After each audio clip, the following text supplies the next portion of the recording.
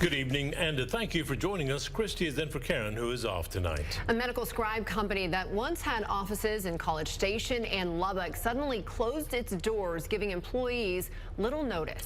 Workers in both cities tell KCBD News Channel 11's investigative reporter Shaylee Kidwell that's not the only issue they have with their former employer. Megan Overby is a Texas Tech graduate who is now pursuing her master's in speech pathology. Overby says she joined the team at Skywriter MD more than 2.5 years ago. I absolutely loved it, and I love the people I worked for, too. Overby's direct supervisor, Hamza Khalid, says the company provided various virtual scribing services and had customers all over the country. The pandemic really put a lot of stress on the healthcare industry in general, and that was really a place and time where services like Skywriter, medical support services, could really make a difference in the lives of day-to-day providers and their patients. Can you tell me how much your customers were paying for these services? On the lower end, you're looking at around $2,000 a month. Higher end, you're looking at about $4,000 a month. Khalid says Skywriter employed more than 200 people and was a great fit for students who were interested in the healthcare industry, like Overby. The company works with student schedules and also is a really great way to kind of get the experience in the medical field and then also medical terminology. While she loved her job, Overby says there was one recurring issue. I would say total that I experienced late pay was about 8 times in my time there, but then this year alone was about back-to-back since July. Overby provided copies of the mass emails she says employees received from the company's CEO, COO, Bill Leander. This one is dated July 13th and says, quote, "I'm sorry to share that tomorrow's scheduled payroll will be delayed till Monday.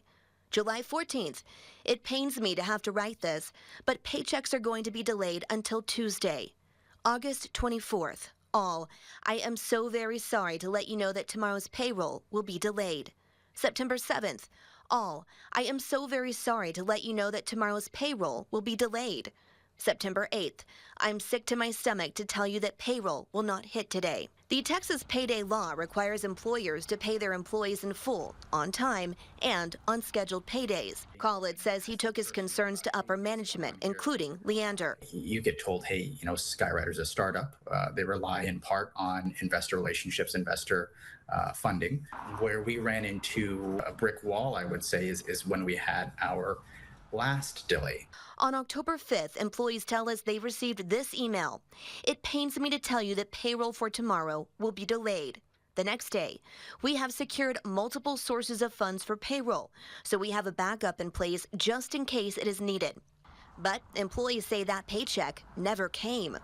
We went a whole month of work without getting compensated. Then on October 18th, another email. We got a termination letter at 8:30 p.m., just out of the blue. This email states Skywriter MD Inc. has determined to close its operations and liquidate its business. Employees were notified their last day time of employment would be the next day at noon. So we had less than 24 hours notice. The email states the company anticipates a Chapter 7 filing will be forthcoming, and it plans to pay all past due wages. But these employees tell us they still haven't been paid. Starting to worry, okay, how am I going to pay my car payment? How am I going to put gas in my tank to get to and from class? Overby says some coworkers have lost their housing and are struggling to feed their families. So former employees who haven't been paid themselves created this GoFundMe to help those who need immediate financial assistance. And it's such a domino effect, too, because it affects more than just the 250 employees. It affects the hundreds of doctors we served, and then not only that, but thousands of patients.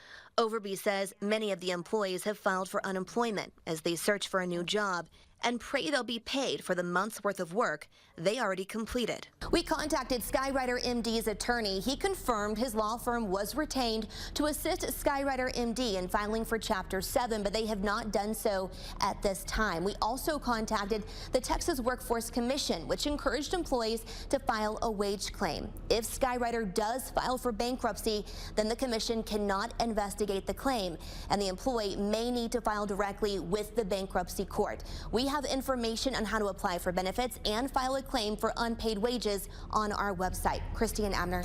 Shaylee, Skywriter MD opened its Lubbock location off of Broadway near Avenue Q in 2020.